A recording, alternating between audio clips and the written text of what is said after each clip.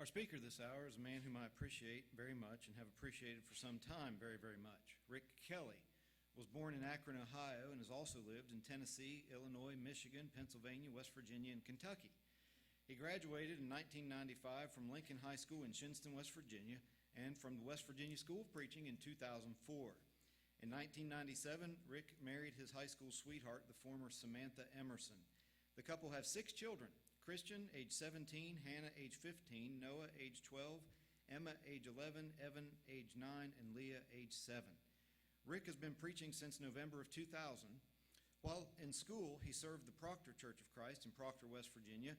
He worked with the Prestonburg Church in Kentucky from 2004 to 2014, when he moved to his present work with the Massillon Church of Christ in Massillon, Ohio. Since 2014, Rick has been a columnist for Forthright magazine, forthright.net. Rick enjoys spending time with family, hiking, reading, writing, and playing and writing music. I want to show you this yellow piece of paper. These are my notes on Psalm 63 that Rick is intended to cover. Because at 12:10, I got to my office today and saw a Facebook message that said, 2 of my children and my wife are sick. I might not be able to come. So I started scribbling notes on Psalm 63. And then I sent him a message, and he sent back that he was able to be here, and I'm very thankful for that and understand that they're feeling better, at least as far as I understand. Rick is a wordsmith. He knows how to express his thoughts well, and especially when it comes to the Word of God, both in writing and in speaking. And it's been a long time since I've heard him. I've been anxiously anticipating hearing him again. Rick?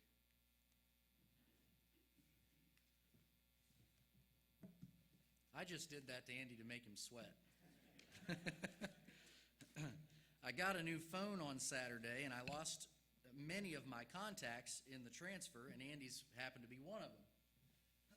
So all I had left was to send him a Facebook message after my wife had been sick for about 3 hours straight this morning, and I had 2 children that had not been feeling well, and I didn't know how it was going to go today, so it wasn't looking good. But apparently, she says I poisoned her this morning. But apparently she's feeling better, so she told me to get out, so I took off. I'm really grateful. I don't want to spend a lot of time on this, but I really am grateful to be invited, and after all of the morning that we had, I'm really thankful, especially to be able to be here with you today. And I'm really appreciative of the opportunities and the experiences and the relationships that were built here as a student at the school. Few of the students I'm thinking it's at 21 years now that the school has been here. Few of the students have had the opportunity to have what our class had, which was to have 2 different directors. Emmanuel was the director for the first year that I was here, and Denver was the director for the second year.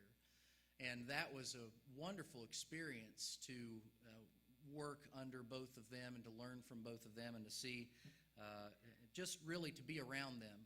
I think more than anything, the experience of a school of preaching, is to be around people who have done what you're and are doing what you intend to do. Those experiences are priceless. I have numerous spiral notebooks in my library, and I mean numerous, because we were required to keep notes, as I recall, in chapel, so we did. And I have numerous volumes of those little notebooks about this size. And they're not just skeleton outlines, because there are, but many of them are the quotes and sayings of my mentors. And they're things that I go back to and refer to, and I have great and fond memories of those things. And I'm so grateful for the opportunity, and I look back to it so many times as an anchor. I guess everybody would say of their school, well, it was the best. This school let us explore and learn and be who we were, and really tried to just, keep us centered and in our approach to the Bible, and for that I'm most grateful. My assignment is the 63rd Psalm. I would like to begin, which you can turn to, we're going to be looking at. My lesson really has 2 basic parts to it. we're going to skim over several of the things in the psalm, and then I would like to make some practical applications about that psalm and how it works in our life and how we can make it work for us and for others. But I want to begin, before getting into the text, with a thought, an experience that I had. I'm going to tell you about a woman by the name of Sherry Dawn. In fact, I won't give you her last name, but she has passed from this life. She died of breast cancer just a few years ago. Before being diagnosed with breast cancer, some years before that, she was diagnosed with another type of cancer, and she survived that, and it went into remission. During the period of time that her first cancer was in remission, her mother, who was in her 80s at the time, fell very ill and needed constant care. The family's resources were not all that great, financially speaking, and the resources among the family members was not that great either, which is often the case. Sherry Dawn was really the only one with the time and the willingness to put this effort into her mother's end-of-life care, essentially, is what it was. So for a number of years, Sherry Dawn, who now had broken free from the clinches of this cancer, now was relegated to living a life of constantly caring for her mother, being her mother's primary caregiver. A job that she did not regret in any way or begrudge in any way, but it did sometimes get to be quite a hassle because other family members were too busy or too unconcerned, even her brother, who lived there in the same area, who couldn't be bothered to help care for his mother. So she bore that burden for herself. And as a result of that, she oftentimes would go for weeks without being able to attend at least a Sunday morning worship service. And that weighed on her conscience so heavily. And I would call her and talk to her every so often, as other people would, and it would weigh on her so heavily. I wish that I could be there. I wish that I could find someone to help. I wish my brother would come over here on a Sunday morning and just give me a couple of hours so that I could be in worship and I could know that she was being taken care of. But that didn't happen very frequently during this period of time. One particular period of time, when it had been several weeks, and in fact it may have been a couple of months since she had been to worship, I was leaving my house and walking across the parking lot, as many of us preachers do, walking across the parking lot for worship on a Sunday morning, and I saw her little green, beat-up Buick Regal pulling into the parking lot, and I was thrilled to see her. I was so thankful that she was able to be there for worship, and I decided that rather than go on into the building, I was just going to meet her at her car, and so I did. And I stood just behind the driver's side door enough that she could see me when she opened the door. And when she did, she spun around and put her legs outside of the car and stepped down onto the ground and looked up at me, and tears began to flow from her eyes. And she said, "Oh, how I miss being here for worship." As I said, not long after that, her mother passed away, and then she was diagnosed with breast cancer, and then she ultimately succumbed to that. There were not many times during those years that she was able to attend worship the way that she wanted to. But it was tangible. When you would talk to her, or even on occasions like that, when she would come to the building, you could tangibly feel from her how much she missed being in worship. And that could be played out in the lives of so many people who are shut in, people who are hospitalized, people who can't come to worship for whatever reason anymore. They miss that so much. And all it takes is for us to be laid out for a few weeks and to miss that grounding element of our life, that centering element of our life in worship, to realize just how significant it really is. And how much we long for God in that experience, and how much we long for fellowship with the saints.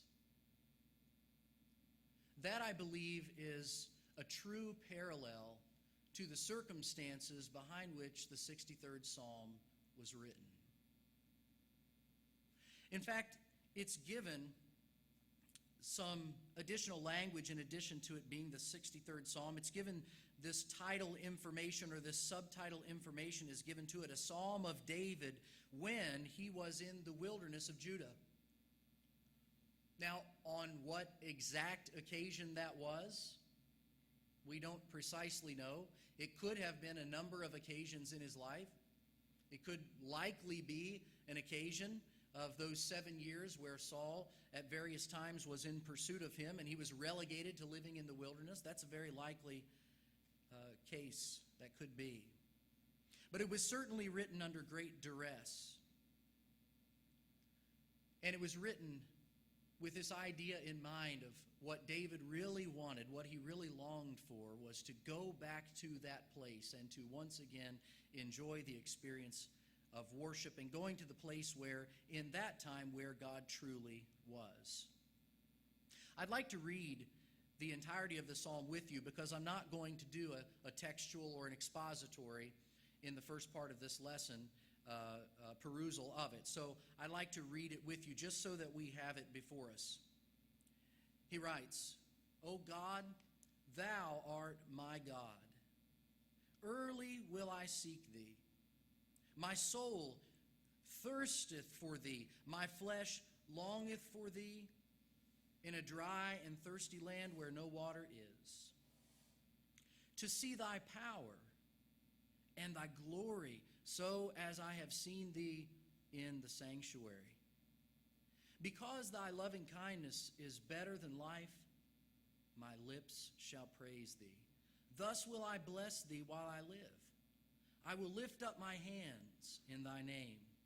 My soul shall be satisfied as with marrow and fatness, and my mouth shall praise thee with joyful lips when I remember thee upon my bed and meditate on thee in the night watches. Because thou hast been my help, therefore in the shadow of thy wings will I rejoice. My soul followeth hard after thee. Thy right hand upholdeth me. But those that seek my soul to destroy it shall go into the lower parts of the earth. They shall fall by the sword. They shall be a portion for foxes, but the king shall rejoice in God. And every one that sweareth by him shall glory. But the mouth of them that speak lies shall be stopped. I believe that you can feel tangibly when you read this psalm what David is experiencing. His longing to be in the place where God is. God gives me satisfaction. What are the things that give people satisfaction in life? There are a number of things that we could observe about life and about people, about what kinds of things supposedly bring people satisfaction. People pursue satisfaction all the time in the forms of money and food and maybe travel, hobbies, technology, sexual experiences, entertainment, power, even various types of religious experiences. People always seem to be searching for satisfaction. And all of these things are satisfying to some degree, otherwise people certainly wouldn't pursue them, and they certainly wouldn't find any enjoyment in them. But when hard times come and difficult things are on our plate, these things provide very little in the way of lasting fulfillment. When we're under duress like David was in this situation, or where we're far away from where we would like to be, we realize that there are very few things that this world has to offer